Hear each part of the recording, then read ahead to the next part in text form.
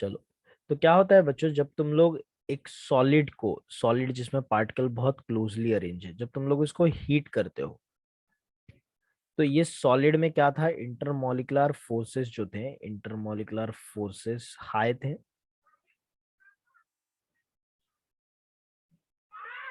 Forces जो थे ये हाई थे। जब तुम लोग इसको हीट करते हो तो मॉलिक्यूल को काइनेटिक एनर्जी देते हो तुम लोग हीट करके, और ये काइनेटिक एनर्जी लेके मॉलिक्यूल एक दूसरे से दूर जाते हैं। मतलब अगर दो मॉलिक्यूल की मैं सिर्फ बात करूं, तो देखो इनको इंटरमॉलिकुलर फोर्सेस ने जोड़ के रखा था। जब तुम लोग हीट करो तो मॉलिक्यूल को एनर्जी दे रहे हो, जिससे इसकी काइनेटिक एनर्जी बढ़ रही है, और काइनेटिक एनर्जी बढ़ने की वजह से मॉलिक्यूल इस एनर्जी को लेके दूर भागना चाहता है। ठीक है, सपोज इंटरमोलिकुलर फोर्सेस, इतनी एनर्जी मैंने मॉलिक्यूल को दे दिया कि वो इंटरमोलिकुलर फोर्सेस को कंप्लीटली ओवरकम कर पा रहा है, तो वो गैस में कन्वर्ट हो जाएगा। अगर मैं थोड़ी ही एनर्जी दे रहा हूँ कि थोड़ा सा ही, सिर्फ पार्टली ओवरकम कर रहा है, तो पार्टली ओवरकम हो जाता है, तो कौन से स्टेट में आ जाएगा बच्चों, वो लिक्विड स्टेट में। है कि नहीं, समझ में आ रही है बात? तो जब तुम लोग हीट करते हो, तो you are actually providing the kinetic energy to this molecules, which helps which helps which helps to overcome the intermolecular forces of attraction present between the molecules। ठीक है, जो intermolecular force of attraction present है, उसको overcome करने में मदद करता है ये काइनेटिक एनर्जी। काइनेटिक एनर्जी कहाँ से बढ़ रही है, हीट के through. when I'm heating a solid state, we are actually giving the energy to their molecules. This energy increases the kinetic energy of the molecules, and this kinetic energy overcomes the intermolecular force of attraction, and that's why the intermolecular force of attraction decreases। ठीक है, तो क्योंकि यहाँ पे partially overcome हो गया intermolecular forces, तो कौन से स्टेट में आ जाएगा? ठीक है, कौन से स्टेट में आ जाएगा बच्चों, बताओ? पार्शली ओवरकम हो गया तो यहाँ पे लिक्विड स्टेट में, right? Liquid. And if I'll heat further, then I can completely get rid of this intermolecular force of attraction. And if I'm completely free from intermolecular force of attraction, then the state is gaseous state। क्या yes बात? Yes. ठीक है, तो gases state में आ जाएगा और gas बन जाएगा वो कंपाउंड। समझ में आ गई बात? तो इवापोरेशन और वेपराइजेशन का प्रोसेस जो होता है, ऐसे ही करते हैं हम लोग सॉलिड को हीट करेंगे, वो पहले लिक्विड में जाएगा और फिर इवापोरेट होता है गैस स्टेट में। ठीक है, what are the different types of intermolecular forces present? तो there are mainly four types of intermolecular forces. Types of intermolecular forces.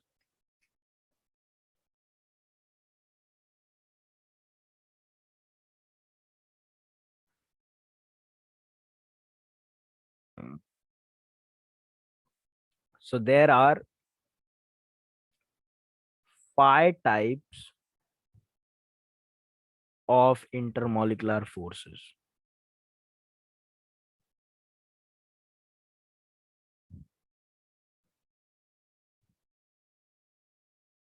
ठीक है, पहला टाइप हो जाता है बच्चों डाइपोल डाइपोल इंटरैक्शंस।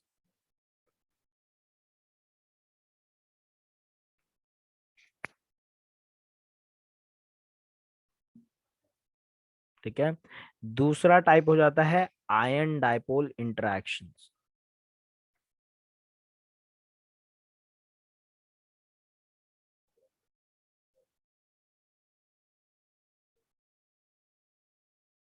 तीसरा टाइप हो जाता है बच्चों ion dipole induced dipole interaction. Dipole induced dipole interaction.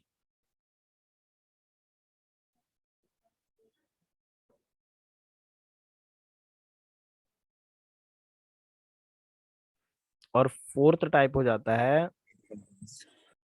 Yes कोई बोलना चाहता है, लंदन डिस्पर्शन। हाइड्रोजन नहीं, हाइड्रोजन बॉन्ड भी होता है सर? वो डाइपोल डाइपोल का ही टाइप का इंटरेक्शन है। हाइड्रोजन बॉन्डिंग भी एक इंटरेक्शन होता है, which is a special case of dipole dipole interaction. तो हाइड्रोजन बॉन्डिंग जो है इसी के अंदर इंक्लूड कर देंगे हम लोग। ठीक है, जी सर। हाइड्रोजन बॉन्डिंग इसी में आ जाता है।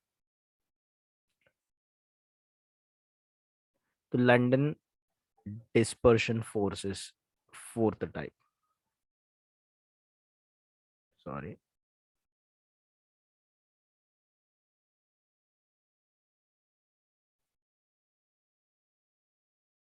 हाँ वैंडरवॉल भी लंदन फोर्सेस को ही वैंडरवॉल फोर्सेस बोल देते हैं हम लोग. So this is also called as van der Waals forces. Very good. ठीक है, तो देखते हैं बच्चों एक एक इंटरेक्शन के बारे में. Let's start with first dipole dipole interaction. Sir total 5 थे ना, 4. टोटल 4 ही होते हैं. कौन से 5 है तुम्हारे पास, बताओ जरा. सर आपने ही 5 लिखा. मैंने सॉरी मैंने 5 लिखा है, टोटल 4 होते हैं. सॉरी, हाइड्रोजन बॉन्डिंग टाइप नहीं है ये, डाइपोल डाइपोल इंटरेक्शन के ही स्पेशल केस है बच्चों. ये स्पेशल केस है. टोटल 4 टाइप्स होते हैं. ठीक है, 4 टाइप्स होते हैं जिसमें से हाइड्रोजन बॉन्डिंग डाइपोल डाइपोल का ही स्पेशल केस होता है, याद रखना. तो हम लोग इसमें डाइपोल डाइपोल में ही उसको पढ़ेंगे. ठीक है, तो समझते हैं बच्चों क्या होते हैं डाइपोल डाइपोल इंटरेक्शंस.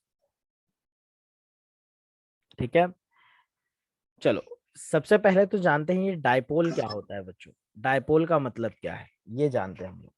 ठीक है, तो बच्चों क्या होता है जब कभी भी एक कोवैलेंट बॉन्ड तुम लोग बनाते हो. कोवैलेंट बॉन्ड क्या, कौन से टाइप का बॉन्ड होता है बच्चों, कैसे डिफाइन करोगे कोवैलेंट बॉन्ड को. Sharing of equal electron. Sharing. हाँ, म्यूचुअली शेयर करके जो बॉन्ड बनता है उसको कोवैलेंट बॉन्ड बोलते हैं. जब कभी तुम लोग एक कोवैलेंट बॉन्ड ऐसे दो एटम के बीच में बनाते हो जिनका इलेक्ट्रॉन नेगेटिविटी सेम है, या फिर तो थोड़ा सा ही डिफरेंस है इलेक्ट्रोनेगेटिविटी में, तो इलेक्ट्रॉन जो शेयर हो रहे हैं, जैसे एच एटम था, इसने अपना एक इलेक्ट्रॉन लाया, एच एटम इसने अपना इलेक्ट्रॉन लाया, दोनों ने मिलके शेयर किया अपना इलेक्ट्रॉन और इस तरह से बॉन्ड बना ले रहे हैं दोनों. तो दोनों की इलेक्ट्रोनेगेटिविटी सेम है ना, दोनों हाइड्रोजन ही है. क्योंकि दोनों की इलेक्ट्रोनेगेटिविटी सेम है तो इलेक्ट्रॉन जो शेयर हुआ है वो बॉन्ड के एग्जैक्ट बीच में होगा बच्चों. लेकिन जब तुम लोग एक कोवेलेंट बॉन्ड ऐसे दो एटम के बीच में बनाते हो जिनके बीच में इलेक्ट्रोनेगेटिविटी का काफी ज्यादा डिफरेंस है, जैसे H और Cl, तुम लोग देखो H H के बीच में बॉन्ड था तो इलेक्ट्रॉन एग्जैक्टली सेंटर में था. बट डू यू थिंक यहाँ पे जो इलेक्ट्रॉन शेयर हो रहे हैं वो बीच में ही होंगे एग्जैक्टली? No sir. किसकी तरफ को ज्यादा भाग जाएंगे ये?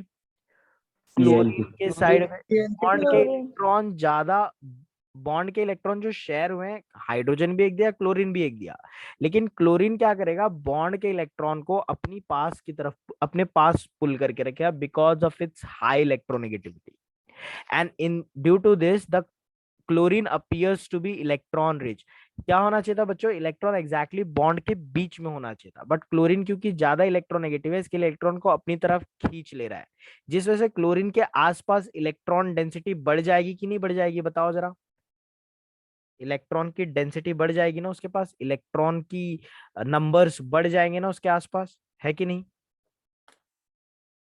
हाँ सर. ठीक है, क्योंकि इसके पास इलेक्ट्रॉन डेंसिटी बढ़ रही है इसके लिए हम लोग इसको डेल्टा नेगेटिव चार्ज दिखाएंगे. इलेक्ट्रॉन डेंसिटी जब बढ़ जाती है तो उसको नेगेटिव बोलते हैं बच्चों. बट बच्चों यहाँ पे क्लोरीन जो है वो पूरी तरह से इलेक्ट्रॉन लिया नहीं है, सिर्फ थोड़ा सा अपनी तरफ पुल करके लिया है, पुल करके रखा है. So that's why the negative should not be complete negative, it should be partial negative. So this sign is called delta and it indicates partial, it means partial. ठीक है, तो पार्शियल नेगेटिव चार्ज आ रहा है. Complete क्यों नहीं आ रहा, समझ में आ रही है बात? क्योंकि उसने पूरी तरह से इलेक्ट्रॉन थोड़ा लिया है हाइड्रोजन से. हाइड्रोजन के साथ अभी भी इलेक्ट्रॉन जुड़े हुए लेकिन थोड़ा सा इसने उसके इलेक्ट्रॉन को अपनी तरफ पुल कर लिया है. क्या बात समझ में आ रही है सभी को? तो इसके ऊपर कौन सा हाँ charge? Sir. Partial negative. Similarly hydrogen के आसपास इलेक्ट्रॉन की डेंसिटी कम हो गई है कि नहीं हो गई है, बताओ. Yes sir. That's why this will become what? Partial positive. Electron positive. Density कम हुई है लेकिन उस हाइड्रोजन ने अभी तक पूरा इलेक्ट्रॉन अपना दिया नहीं है किसी को. Since it is the electron density has decreased a little bit, that's why it is partial positive. तो यही चीज यहाँ पे याद रखनी है बच्चों. whenever when a covalent bond is formed, जो मैंने बोला वो मैं यहाँ पे लिख भी दे रहा हूँ, formed between two atoms that differs in their electronegativity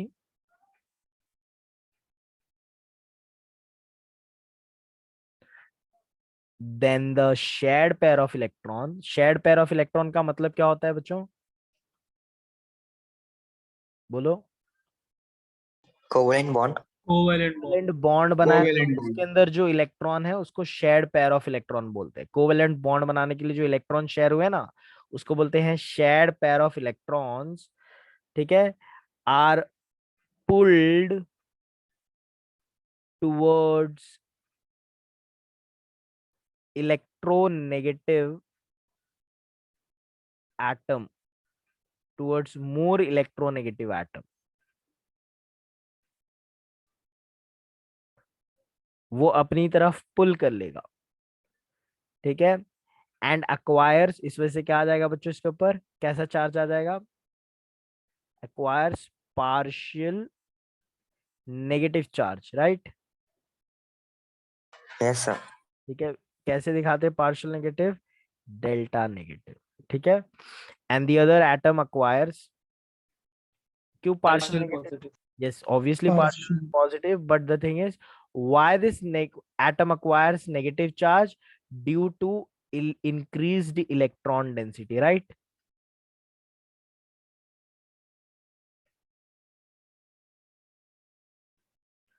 While the other atom acquires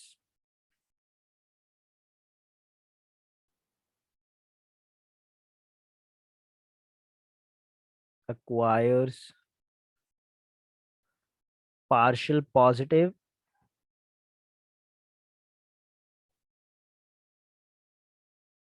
charge. कैसे दिखाते हैं पार्शियल पॉजिटिव को, डेल्टा पॉजिटिव से दिखाते हैं, delta positive due to decreased electron density, right. तो ये हो जाता है स्टेटमेंट। क्यों चार्ज का सेपरेशन हो रहा है, समझ में आ रहा है बच्चों। ये जो सेपरेशन ऑफ चार्ज हो रहा है ना, जो चार्ज सेपरेट हो रहे हैं बॉन्ड के आजू बाजू, this separation of charge is called as polarisation. This separation of charge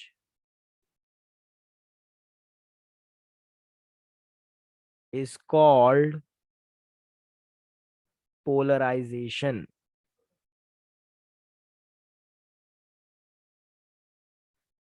And the molecule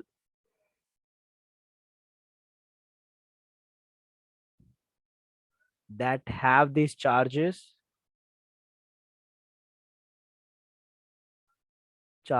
these charges मतलब कौन से charges बच्चों, partial positive and partial negative are called polar molecules.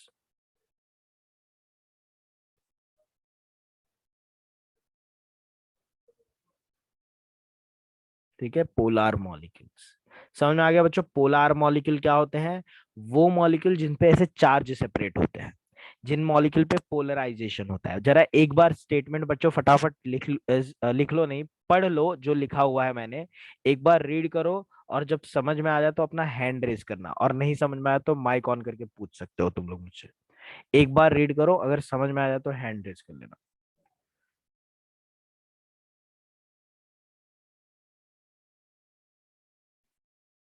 Sir एक बार का।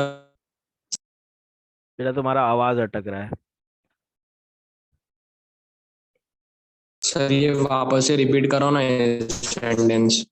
एक बार स्टेटमेंट तो पढ़, उसके बाद मैं रिपीट करवा दूंगा, पहले स्टेटमेंट पढ़ ले।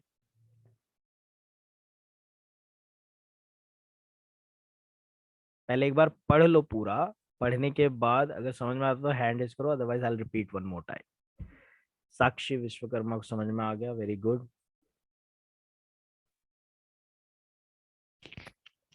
Yes this one more,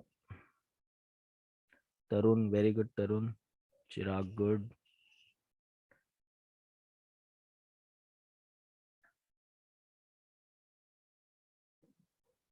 yes Krish, थर्व।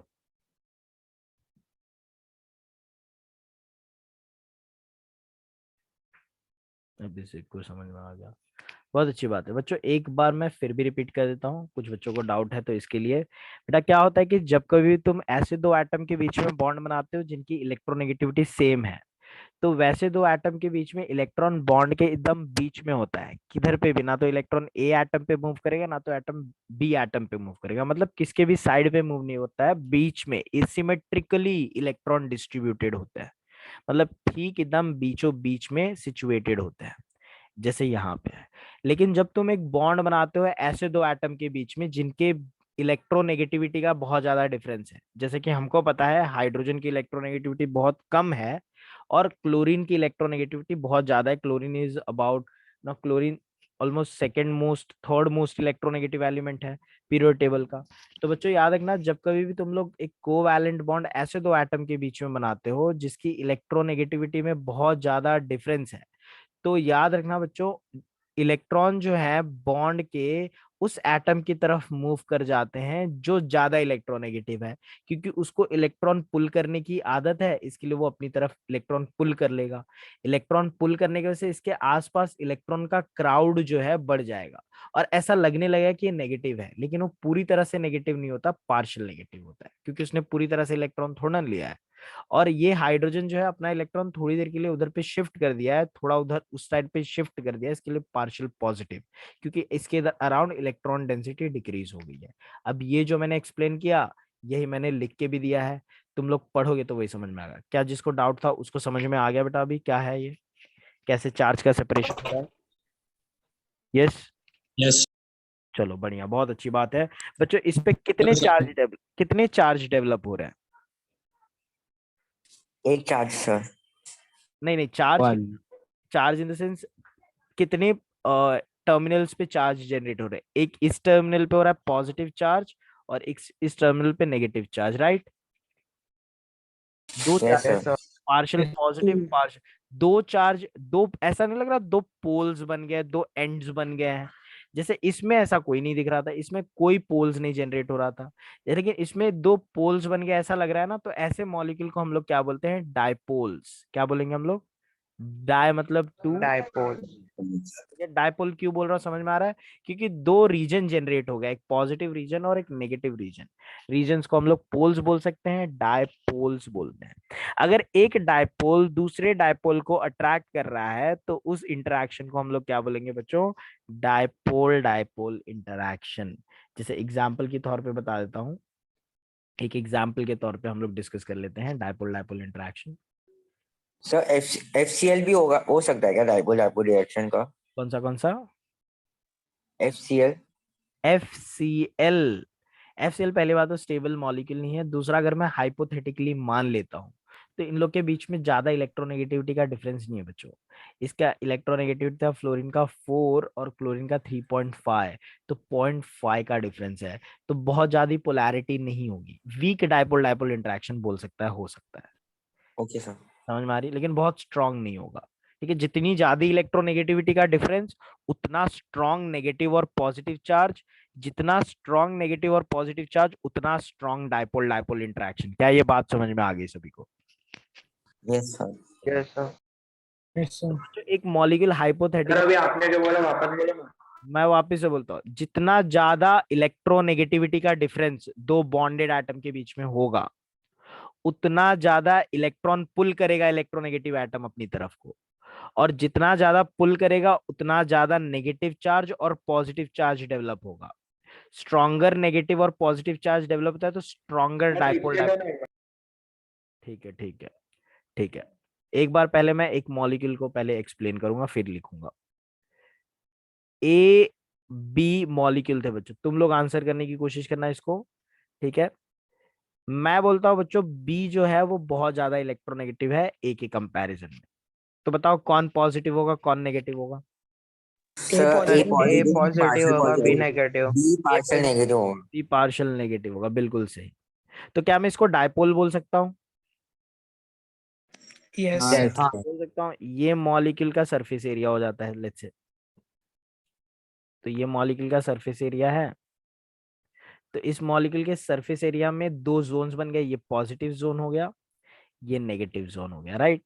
जब दूसरा इसी तरह का मॉलिक्यूल पास में आता है ए बी, ठीक है, ए बॉन्ड बी, तो ये इसका पॉजिटिव जोन रहेगा अभी भी और ये इसका नेगेटिव जोन। तो क्या तुम लोग को जब दो ऑपोजिट जोन्स पास में आएंगे, जब दो ऑपोजिट पोल्स पास में आएंगे, तो तुम लोग को नहीं लगता बच्चों मॉलिक्यूल के बीच में इंटरेक्शन होगा, अट्रैक्शन होगा, Yes, राइट? sir. ये भी एक डायपोल है, ठीक है, क्योंकि पोलर मॉलिक्यूल है, और ये भी एक पोलर मॉलिक्यूल है, तो ये भी एक डायपोल हुआ। दो डायपोल के बीच में जो अट्रैक्शन होता है, उसी अट्रैक्शन को हम लोग क्या बोलते हैं बच्चों? Dipole dipole attraction. क्या बात समझ में आ गई? Yes sir. ठीक है, yes sir. Dipole sir dipole. 2 molecule ऐसे का तो क्या होगा ना, मतलब क्या क्या क्या वापस? 2 डाइपोल होगा तो ही डाइपोल डाइपोल इंटरेक्शन होगा। हाँ, जब दोनों डायपोल होंगे तभी डायपोल डायपोल होगा। एक डायपोल है दूसरा कुछ और है तो उसके थ्रू नहीं होगा अभी। समझ में आ गई बात? तो देखो, डायपोल डायपोल इंटरेक्शन तभी होता है जब ए और बी दोनों मॉलिक्यूल, मतलब मॉलिक्यूल, एक मॉलिक्यूल भी डायपोल के फॉर्म में है, दूसरा मॉलिक्यूल में भी एक पॉजिटिव नेगेटिव पोल है, डायपोल्स हैं, तो जो उनके बीच में फोर्स ऑफ अट्रैक्शन होगा उसको डायपोल डायपोल इंटरेक्शन बोलते हैं। क्या बात समझ में आ गई सभी को? Yes sir. या डायपोल डायपोल इंटरेक्शन क्या होता है ये हम लोगों ने समझ लिया। अब जरा देखते हैं, जो मैं स्टेटमेंट बोल रहा था उसको लिख देता हूँ। मोर, जितना ज्यादा इलेक्ट्रोनेगेटिव डिफरेंस रहेगा, higher the electronegativity difference, higher the electronegativity difference,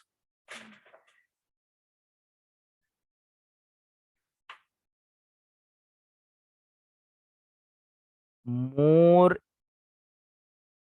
will be the polarisation. Polarisation क्या होता है पता है ना बच्चों? Separation of charges, right? More will be the polarisation of covalent bond,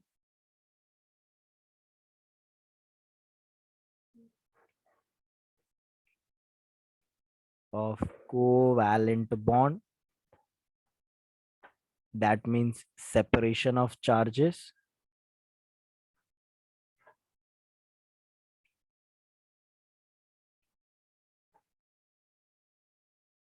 ठीक है? stronger will be the charge,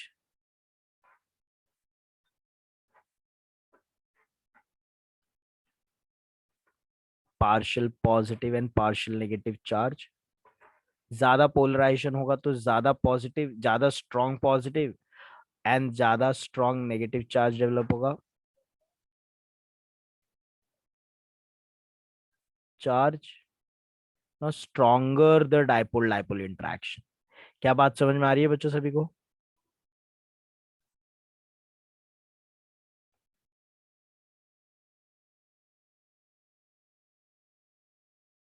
देख लो एक बार, दिमाग में सोचो इसको,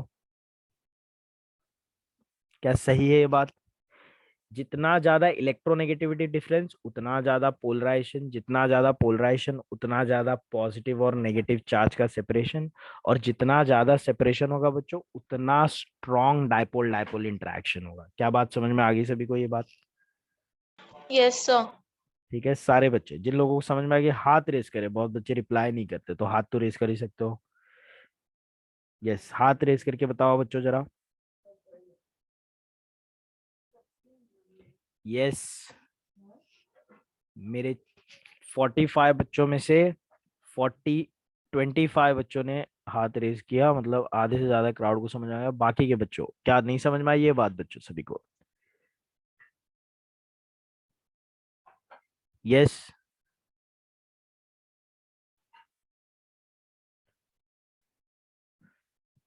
चलो अच्छी बात है बच्चों। Hands down everyone.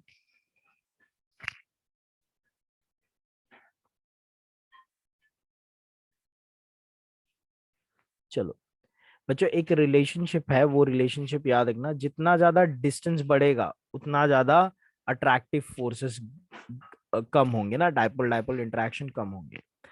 दो तरह के मॉलिक्यूल होते हैं बच्चों, एक होते हैं स्टेशनरी मॉलिक्यूल।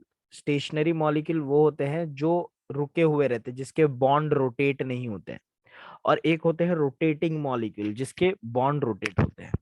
तो अगर तुम्हारा मॉलिक्यूल स्टेशनरी है, रुका हुआ है, जैसा मैं बुक पे ड्रॉ कर रहा हूँ, स्क्रीन पे ड्रॉ कर रहा हूँ, वैसे ही रुका हुआ है, उसके स्ट्रक्चर चेंज नहीं हो रहे हैं, तो वैसे मॉलिक्यूल को क्या बोलेंगे? Stationary polar molecules.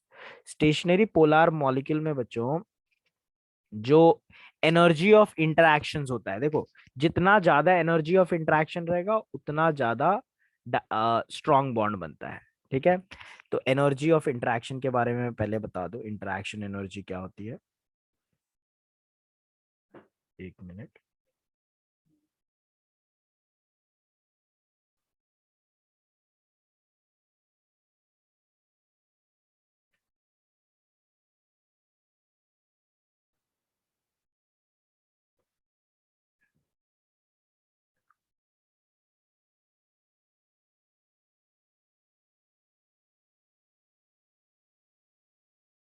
it is the energy released due to a specific type of interaction. Specific type of interaction. ठीक है, जब कभी भी इंटरेक्शन, जब कभी भी कोई मॉलिक्यूल आपस में इंटरेक्ट होते हैं तो कुछ एनर्जी रिलीज होती है, उस एनर्जी को बोलते हैं इंटरैक्शन एनर्जी. सो इंटरैक्शन एनर्जी ज्यादा होती है जब स्ट्रॉन्गर डाइपोल इंटरेक्शंस होते हैं, ज्यादा एनर्जी रिलीज होती है. एनर्जी ज्यादा रिलीज होने का मतलब क्या होता है पता है बच्चों? अगर कोई मॉलिक्यूल एनर्जी ज्यादा रिलीज कर रहा है, इसका मतलब उसका एनर्जी कम हो रहा है, और एनर्जी कम होता है तो क्या बढ़ जाता है? क्या बढ़ जाता है बताओ? स्टेबिलिटी बढ़ जाती है ना मॉलिक्यूल की. तो ये पॉइंट याद रखना, हायर द इंटरैक्शन एनर्जी,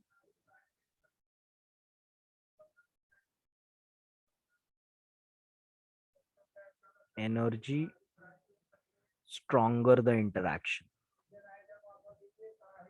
समझ में आ गई बात?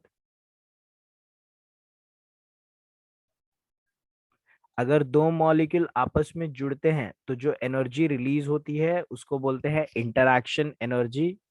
और जितना ज्यादा एनर्जी रिलीज होगा उतना ज्यादा स्टेबलाइजेशन होगा, उतना स्ट्रॉन्गर इंटरैक्शन होगा. क्या बात समझ में आ गई सभी को? अगर दो मॉलिक्यूल आपस में जुड़ते हैं, लेट्स से मेरा ए मॉलिक्यूल ए मॉलिक्यूल था, बी मॉलिक्यूल से जुड़ रहा है, ठीक है, इंटरैक्शन कर रहा है, डाइपोल डाइपोल इंटरैक्शन. और इसमें जो जुड़ने पे एनर्जी रिलीज हो रही है, लेट्स से एनर्जी रिलीज हुई -10 किलो जूल की, ठीक है, और वहीं पे एक्स और वाई है, दोनों आपस में इंटरैक्ट कर रहे हैं, उन दोनों में एनर्जी रिलीज हो रही है 100 किलो जूल की. ठीक है, तो बताओ किस में ज्यादा एनर्जी रिलीज हो रही है बच्चों? ए बी इंटरैक्शन में कि एक्स वाई इंटरैक्शन में? किस में ज्यादा एनर्जी रिलीज हो रही है, ए बी इंटरैक्शन में कि एक्स वाई? सभी को मेरी आवाज आ रही है? माइनस साइन हाँ इंडिकेट सर. करता है कि एनर्जी रिलीज हो रही है. किस में ज्यादा एनर्जी रिलीज हो रही है? ए बी में X Y X Y X Y interaction में ज्यादा एनर्जी रिलीज हो रही है. ठीक है, एनर्जी रिलीज ज्यादा हो रही है. इसका मतलब एक्स और वाई मॉलिक्यूल जब आपस में इंटरेक्ट करे तो उनकी एनर्जी लोअर हो जा रही है. लोअर एनर्जी मतलब मोर स्टेबिलिटी. तो कौन किस में ज्यादा स्ट्रॉन्ग इंटरेक्शन होगा? जिनके इंटरेक्ट होने पे स्टेबिलिटी बढ़ जा रही है, क्योंकि यहाँ पे एनर्जी ज्यादा रिलीज हो रही है बच्चों. तो ये जो इंटरेक्शन यहाँ पे बॉन्ड बन रहा है वो ज्यादा स्ट्रॉन्ग बनेगा, बिकॉज हायर एनर्जी रिलीज होने पे मॉलिक्यूल स्टेबल हो जा रहे हैं. तो जितना ज्यादा इंटरैक्शन एनर्जी रिलीज होगा उतना स्ट्रॉन्गर इंटरैक्शंस होते हैं. मतलब एक्स वाई का जो इंटरैक्शन है वो बहुत स्ट्रॉन्ग है, उसको तोड़ने के लिए बहुत ज्यादा हीट करना पड़ेगा. क्या बात समझ में आ गई सभी को? डाउट. बोलो डाउट. सर डेल्टा एच क्या होता है सर? डेल्टा एच को एनर्जी होता है. नहीं, एंथैल्पी बोलते हैं actually. This is the all energy available to the system.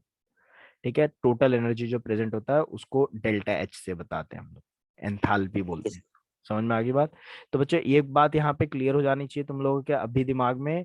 जितना ज्यादा इंटरैक्शन एनर्जी रिलीज होगा उतना स्ट्रॉन्गर बॉन्ड बनता है. अगर इंटरैक्शन एनर्जी कम रहा तो बॉन्ड का स्ट्रेंथ भी कम होगा और जल्दी टूट जाएंगे इंटरैक्शन. ठीक है, समझ में आ रही है बात? तो इसको मैं हटा देता हूँ, तो सिर्फ एक एग्जाम्पल था तुम लोग के लिए. तो मैं बता रहा था बच्चों, इंटरैक्शन एनर्जी जो होता है स्टेशनरी मॉलिक्यूल्स में, इंटरैक्शन एनर्जी जैसे जैसे डिस्टेंस बढ़ता है ना, उसके दुगनी तेजी से घटता है ये. मतलब a slight increase in the distance, a slight increase in the distance may leads to lot of decrease in the interaction energy. और interaction energy कम हुआ मतलब interaction भी weak हो जाएगा. ठीक है, where r is the distance inversely proportional है distance से। तो जैसे जैसे डिस्टेंस बढ़ेगा इंटरैक्शन एनर्जी डिक्रीज हो जाएगा, और इंटरैक्शन एनर्जी डिक्रीज होगा तो इंटरैक्शन का स्ट्रेंथ भी क्या हो जाएगा बच्चों, डिक्रीज हो जाएगा। क्या बात समझ में आ गई सभी को? ये क्या है? Distance Yes, sir. Between molecules, ठीक है, और intermolecular distance, intermolecular distance.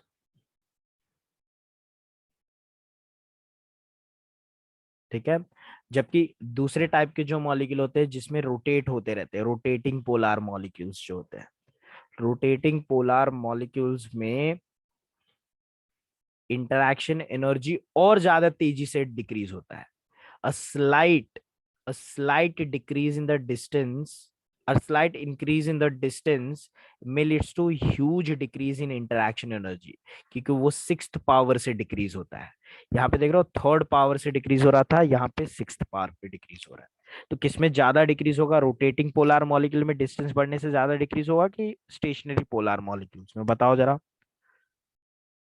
Rotating ना, बिकॉज सिक्स्थ पावर पे डिक्रीज हो रहा है। थोड़ा सा अगर इंक्रीज किया तो 6 टाइम्स डिक्रीज हो जाएगा। क्या बात समझ में आ रही है सभी को?